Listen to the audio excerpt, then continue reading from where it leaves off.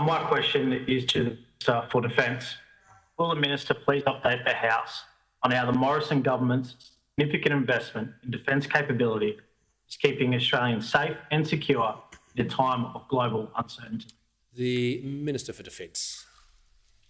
Thank you very much, Mr Speaker. I want to say thank you very much to the member for Herbert, who, like all of those who have worn the uniform in our country's name, would be mourning the loss of the two soldiers who were tragically killed north of Townsville yesterday. And by way of update to the House, Mr Speaker, two members of the Brisbane-based 7th Combat Brigade died following a vehicle incident at the Townsville field training area yesterday.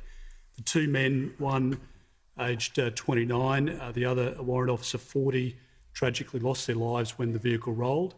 I want to recognise the Defence Rescue and medical teams who attended that scene in the most difficult, traumatic of circumstances. But sadly, the members were unable to be saved. I want to say to all of those at Gallipoli Barracks and to all of those in particular at the 7th Combat Brigade that all of this Parliament and all Australians feel for you today, for the families of those lost, and we know that there will be very significant grief at Gallipoli Barracks today and at Laverick Barracks and indeed around the country. The Defence family is a very tight one, and we know that not only the families but the Defence families of these two men will be greatly mourning their loss, and we pay tribute to their service. Mr Speaker, the Morrison government is committed to making sure that we can provide every support to those diggers. We do it in many, many ways. Mr Speaker, taking care of our personnel is absolutely paramount. There are countless conversations that the Prime Minister and I have had about ways in which we can provide additional support to our servicemen and women who serve us, who protect us, who keep our country safe. Let's be very real. We live in a very uncertain time, not just in the Middle East, and we've seen the tragic circumstances there and circumstances in which our soldiers are deployed, but also in our own region, in the Indo-Pacific.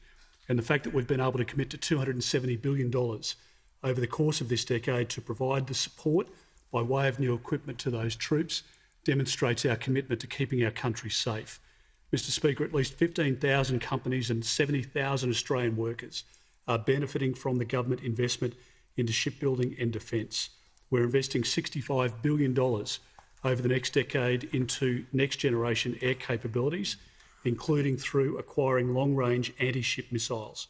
We're investing $55 billion into land domain capabilities, such as strike weapons, watercraft, helicopters, robotics and autonomous systems. Our naval shipbuilding plan represents the largest regeneration of the Navy since the Second World War. That investment is absolutely essential, not only to keep the men and women of the Australian Defence Force safe, but, Mr Speaker, to keep our country safe. And we will continue to make decisions that support our personnel today and into the future.